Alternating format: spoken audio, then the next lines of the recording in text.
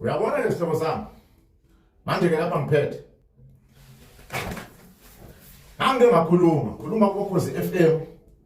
Ngakhuluma kakhulu ngikhuluma ngokukhuliswa kwenduku. Manje khona isihlahla ethiwa imiveba, omdlomoni, kanjalo ezimele ukwenziwa ngemithi nangamandla kamoya ukukhuliswa kwesitho somuntu sangasese somuntu wesilisa.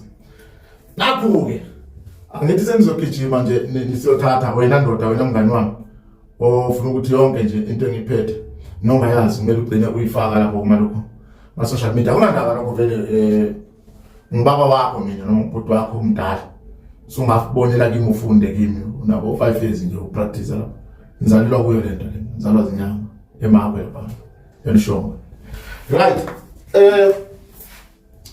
babe landa lesihlahla lesi usuyenziwe bafike bayithathe lento nayi yabile ngile kanje esihlahleni bagibele nawe esihlahleni bafike badonse idodolozi yakho bayilinganise nayo bangayilinganisa nayo lapho ke seniyeka kanjalo kodwa bazobe bemakile ukuthi silinganisela phana yiliyana sikwazi ukufika kuyo kodwa kufanelanga ukuthi baze bayiquntule noma bayisuse esihlahleni nazi sekuzothi kumele bayilinde bakwazi ukuthi bahlale beyigayidile ingabalahlekeli ukuthi ibe iyiphi ingaze ipetuke ibe nje ingavele iyenze kanje kungapheliswa ukulungiswa iyenze kanje sekubhedile kumele bayiquntule esihlahleni bayisuse isesenje ihlangene green iluhlaza ingavele ize ibe nje yilapho othola umuntu seqhwalelwa isitho sakhe sangasese uzotosa kunabantu abathandela ukhalo so ukhule kwaze kwadlulela sophongulenga ngakusenamandla lezi zinto yazenza ngizenzile kwabanini ngaloko ukhokovula ukhona saqhubeka nje nempilo yethu yakamoya mina nomsebenzi wakamoya nalolu lwazi enginalo enibuya lelukophe entiseni ndawo nandi ngeke hlukane nalolu lwazi isinatural ngiluphiwe nesikole nginaso ngiyakwazi ukuthi ngikhuluma ini I do have school, I'm educated, I'm learned. I know when is the right time to say what. I don't just go out there and deliver any speech that will degrade me and the work that I've worked for. Like you were trying to degrade me through your kidnapping and forcing me to say I'm fake. I'll never be fake. All these image, I know them. Things that you don't know, that many of you have to learn from me. I know. I'm not blowing my trumpets with this knowledge. It is not for me. It is for the people. Whoever wants to remove me from the circles of traditional healing and spiritism, that person is not depriving me of that because me I have it. It's depriving people who need these services from me.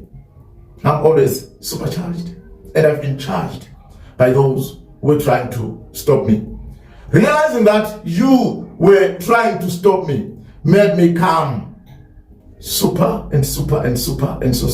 charged. You will see. You have copied Nandi. You have a lot to copy, but don't just copy. Ask from me. Because now I'm telling people you did copy Nandi. People will start to doubt even your other products to say, from who did you copy it from? Try to ask. Thieving and stealing means checking without the consent of the rightful owner. We come together from Zimbabwe and plan today. I've been researching about you, boy. You are born there. Even the guys that kidnapped me, some of them, they are from Awanjube, they're from home, that are having there in your security. But that doesn't matter. I am your role model. I am a guru in multi and spiritualism. I boast in that one. Not with valuables and things that we have and money. Man, I don't have it. You took it. But I will make more and more because people will realize my powers and my truthfulness. Some are asking, why don't you fight and pull him down and whatnot? I am not sent to correct you. I'm a saint. Sent to help people spiritually. Even you. I thank you. Logo moti. Ukukhulisa induku. Uyathi kube nje. Ungabuyeka kube nje bese iyaxhwala. Kanti futhi ma usube nje kunezinye izinto ozenzayo ezingasikho ekukhuliseni induku kuningi. I'm not here to teach people imithi, ngikhuluma ngama system nezinto ezikhona ngokomuthi. Hallelujah.